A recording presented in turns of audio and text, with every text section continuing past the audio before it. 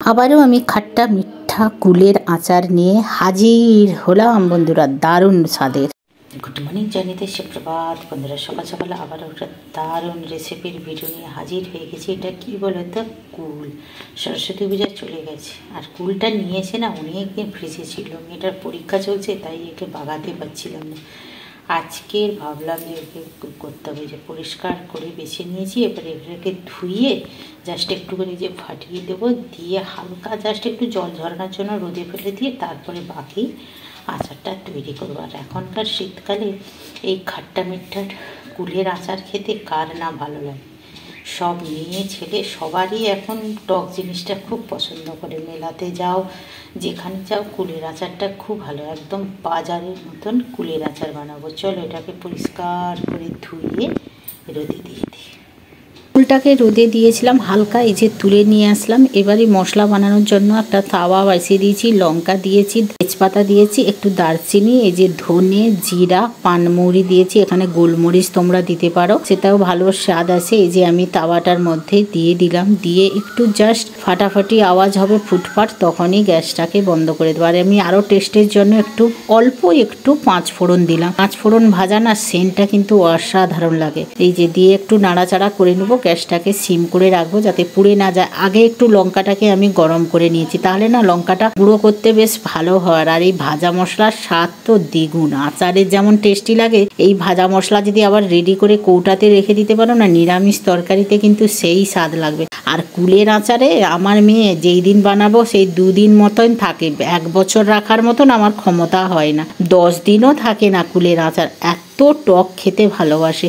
কথা বলতে বলতে দেখো আমার যে ভাজা হয়ে গেছে, গ্যাসটাকেও বন্ধ করে দিয়েছি। এটাকে জাস্ট ঠান্ডা করব, ঠান্ডা করেই মিক্সিতে দিয়ে দেবো। দেখো ফাটাফাটি এখনও চলছে, তাওয়াটা গরম হয়ে গেছে, ননস্টিক কড়াই একটু গরম হয়ে গেছে, তেজপাতার সব ভালোভাবে ভাজা হয়ে গেছে। এটা নাড়ানাড়ি করতে করতে এটা মশলাটা ঠান্ডা হয়ে যাবে। তারপরে মিক্সির জারে, এই যে আমি নিয়ে নিলাম মিক্সির জারে, তারপরে মিক্সির ঢাকনাটা বন্ধ করে একদম মিহি পাউডার করে দেবো, বা দরদরে করলেও হবে। আর এদিকে দেখো কুলটাকে হালকা যা শুকিয়ে এই যে ফাটিয়ে নিয়েছি।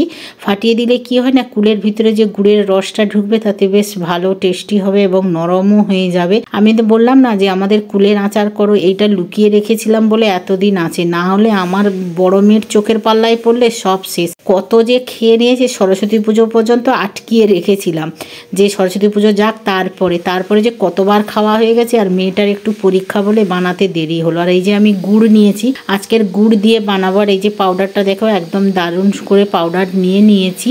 এদিকে আর একটা কড়াই বসিয়ে দিয়েছি, যা অল্প একটু সর্ষের তেল দিলাম। আচারটায় কি হবে সর্ষে তেল সেটা তোমরা দেখতে পাবে। আমি আজকের অন্যভাবে খেজুরের গুড় নয়, কুলের আচারটা বানাবো। তেলটা গরম হয়ে গেছে, 3টে শুকনো লঙ্কা ফাটিয়ে এর মধ্যে দিয়ে দিলাম। যা শুকনো লঙ্কাটা একটু ভালো করে কালো হয়ে আসবে, তখনই আমি একটু দিয়ে দেবো। তেল একটু ছিল, জল ছিল বোধহয়, ফাটাফাটি করছে খন্তাতে। দেখো লঙ্কাটা আমার কালো হয়ে গেছে, একটু লবণ আর 5 ফোড়ন দিয়ে দিলাম। এতে আচারের সেন্টটাও খুব সুন্দর লাগে। 5 ফোড়নের সব কিছু থাকে, তোমরা কালো জিরে দিতে পারো। আমি সব কিছু মিঠিয়ে অল্প করে দিয়ে দিয়েছি, জাস্ট ফোড়নটা একটু ভালো করে ভাজা ভাজা হয়ে আসবে। আর গন্ধটাও খুব সুন্দর হয়েছে। কুলের আচারে কিন্তু ভালোই টেস্ট আসে, বা কোনো আচারে একটু 5 ফোড়ন দিয়ে বা কালো জিরে দিয়ে ফোড়ন দিলে বেশ ভালো হয়। এবার যে কুলগুলো যে ফাটিয়ে রেখেছিলাম, সেই কুলগুলো সব এর মধ্যেই দিয়ে দিলাম। দিয়ে একটু জাস্ট নাড়াচাড়া করব। একটু চাপা দিয়ে নাড়াচাড়া করলে না কুলটা একটু ভালোভাবে নরম হয়ে যাবে। এই কুলটা একদম ভালো না, এমনি আগে যে কুলটা কিনে আমার মেয়ে খেয়েছে পাকা কুল, সেইটা কিন্তু অরিজিনাল কুল ছিল। দোকানদার বলে নাকি এই কুলগুলো নাকি লখনৌ থেকে বা বিহার থেকে আসে, বলে এখানকার নয়। আর দেখো একটা শক্ত কুল আছে, সবগুলোকে ফাটিয়ে ভালো করে নিয়েছি। নরম করলে তবেই তো ভালো হবে। এবারে গুড় দিয়ে দিলাম। তোমরা আগে নাড়াচাড়া করে বের করে নিয়ে তারপরে গুড়টাকে একটু জল দিয়ে নরম করে নিয়ে তার শিরার মধ্যে ঢেলে দিতে পারো, বা ডাইরেক্ট এর মধ্যে দিয়ে গ্যাসটাকে সিম করে রাখলে নাড়াচাড়া করলে গুড়টা পিকলে যাবে। বা চিনি দিয়েও করতে পারো। আগের বারে আমি চিনি দিয়ে করেছিলাম, এবারে গুড় দিয়ে করছি। আর আমার এই আচারটা বেশি দিন থাকে না, একটু কম এবারে টক মিষ্টিটা দেব, কারণ বেশি মিষ্টি দিলে না টক ভাবটা কেটে যায়, তখন বেশি মিষ্টি ভালো লাগে না। একটু টক ভাব আসবে, কুলের আচারটা খেতে ভালো লাগে, বা আচার। আর আমাদের একটু টক ভাবটা বেশি খাওয়া হয়। আমি অনেকগুলো খাইয়ে ফেলেছি। আমার বড় মেয়ে প্রচণ্ড টক খেতে ভালোবাসে, ওই শুধু বলে মা কুলের আচার করো। আর কুলের আচার করলে জোর 1-2 দিন থাকে, তার বেশি আর থাকে না। এই দেখো গুড়টা নরম হয়ে গেছে, এইবারে জাঁকিয়ে আমাদের দেখাচ্ছি, দেখো গুড়টা পিকলেও গেছে আর টপা কুলগুলো নরম হয়ে গেছে, আঠালো ভাব এসে গেছে। এইবারে গ্যাসটাকে তো সিমই আছে আমার, কারণ বেশি হাই করে দিলে গুড়টা তাড়াতাড়ি জ্বলে যাবে আর কুলগুলো তখন তেতো লাগবে, খেতে ইচ্ছে করবে না। একটু নরম নরম থাকলে কুলের তবে ভিতরের যে মারটা তবে তো মুখে লাগবে, শক্ত হয়ে গেলে ছিপড়া হয়ে যাবে। এমনিতে তো এতে কিছুই মার নেই। গ্রামের দিকে গাছ থেকে তোলা হয় তো সেই কুলগুলো বেশ ভালো টক থাকে এবং টক হয়। আমাদের তো এইগুলো টক খেতেও সর্ষে বাটা দিয়ে ভালো লাগে বেশ। এরপরে যে ভাজা মশলাটা করেছিলাম, ভাজা মশলাটা দিয়ে দিলাম অল্প করে, বেশি মশলা দেবো না, তাহলে মশলায় গিরগির করবে। এবারে সুন্দর করে এই আচারের সাথে মিশিয়ে নিচ্ছি। আর অনেকটা নরমও হয়ে গেছে, আর গুড়টা পিঘলে যাওয়ার জন্য অনেকটা জল জল হয়ে গেছে। এই নাড়াচাড়া করতে করতেই সব জলগুলো শুকিয়ে যাবে, মানে গুড়ের রসটা শুকিয়ে যাবে, তখন আরও সুন্দর টেস্টি হবে। এই নাড়ছি তাই গন্ধ উঠেছে। আমার বড় মেয়ে এসে বলছে, মামা কি সেন্ট উঠেছে, একটু বাটিতে দাও না গো। আমি বলছি ঠিক আছে, একটু নিয়ে বল তো কেমন টেস্ট হয়েছে। বলে দারুণ টেস্ট হয়েছে। আবার দেখো অনেকটা শুকিয়ে এসছে, কত সুন্দর হয়েছে, সত্যি গন্ধটা দারুণ হয়েছে আর নরমও হয়ে এসছে অনেকটা কুল। কিন্তু গ্যাস তোমরা সিম করবে, যারা উনুনে করে হাই স্পিডে করবে না। সবাই বানাতে জানে, আমি কি করে বানাচ্ছি সেইটুকুই দেখাচ্ছি। গাছ থেকে পাকা কুল হলে না তার একটা কুলের আচারের স্বাদ আলাদাই। আমরা ছোটোতে মা দেখি গাছ থেকেই পাকা কুল দিয়ে বানায়, আর এগুলো টকও খুব সুন্দর হয়। গ্রামের দিকে আমাদের সর্ষে বাটা দিয়ে টক করে তো এতে সেই লাগে, গরম হলে একটু টক হলে বেশ ভালো লাগে। আরও একটু পাউডার দিলাম, মশলা একটু দিলাম, যে আর একটু মশলা কম হয়ে গেছে বলে, তো আর একটু দিয়ে সুন্দর করে নাড়াচাড়া করে নিয়ে একটু মাখা হয়ে আসবে, গ্যাসটাকে বন্ধ করে দেবো। বেশি শুকিয়ে দিলে না এবং তার হয়ে যাবে, ছিপড়া ছিপড়া লাগবে। কারণ এই কুলে কিচ্ছু নেই, যে আমি আবারও বাটি চাইছে বলে আবার একটু দাও। ছোট মেয়ে এসে বলছে, মামা আমাকে একটু টেস্ট করা। আমি বলছি ঠিক আছে, সবাইকে টেস্ট করাচ্ছি। দেখো কত সুন্দর হয়েছে, একদম জল জল ভাবটাও চলে গেছে।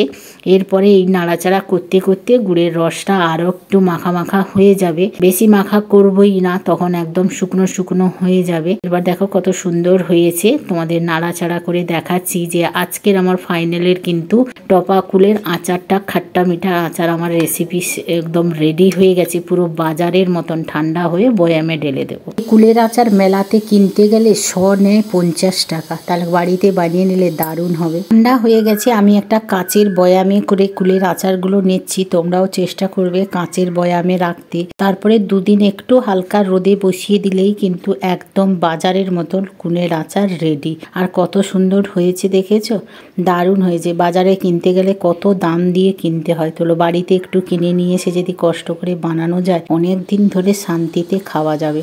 কেমন লাগলো আজকের আমার এই খাট্টা মিঠা কুলের আচার, কমেন্ট করে তোমরা অবশ্যই জানাবে। এবং তোমরাও বানিয়ে বছর বছর এই কুলের আচার স্টোর করে রাখতে পারো। আমাদের তো বছর থাকবেই না, 3-4 দিনের মধ্যেই কুলের আচার শেষ হয়ে যাবে। এতক্ষণে কত খাওয়া হয়ে গেছে। আর দেখো কত সুন্দর হয়েছে কুলের আচারটা, দারুণ কালার এসছে না, তেমনই টেস্ট হয়েছে।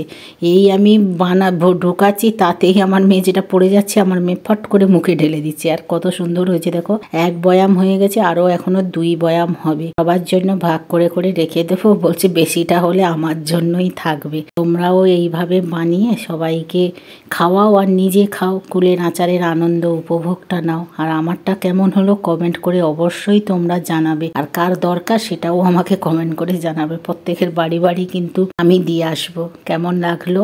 আর দেখো কত সুন্দর, তোমরাও অল্প খরচে কিন্তু বাড়িতে বানাতে পারবে। এখন কিন্তু কুল প্রচুর পাওয়া যাচ্ছে, এরপরে আবার হয়তো কমে যাবে। গাছ পাকা কুলগুলো কিন্তু টেস্ট কিন্তু সত্যি সেই স্বাদ হয়। এইগুলো তো নাকি বলে নাকি বাইরে থেকে আসে, আমি জানি না বাইরে থেকে আসে কিনা। আর আমাদের গ্রামে হলে কিন্তু সেগুলো একদম বিনা পয়সায় পাওয়া যায়। গাছ থেকে বড় বড় কুলের আচার, এগুলো টকও প্রচুর থাকে। এইটার কুল এতটা টক নেই। কেমন লাগলো কমেন্ট করে অবশ্যই জানাবে। কি সবার কাছে বিদায় নিলাম, গুড নাইট, শুভরাত্রি। পরের ব্লগে বা রেসিপিতে দেখা হবে। সবাই সুস্থ থাকো, ভালো থাকো, জয় নিতাই, রাধে রাধে। সবাই এরকম গুড়ের কুলের আচার বানিয়ে খেয়ে থাকো। তাহলে আজকের টাটা, বাই বাই।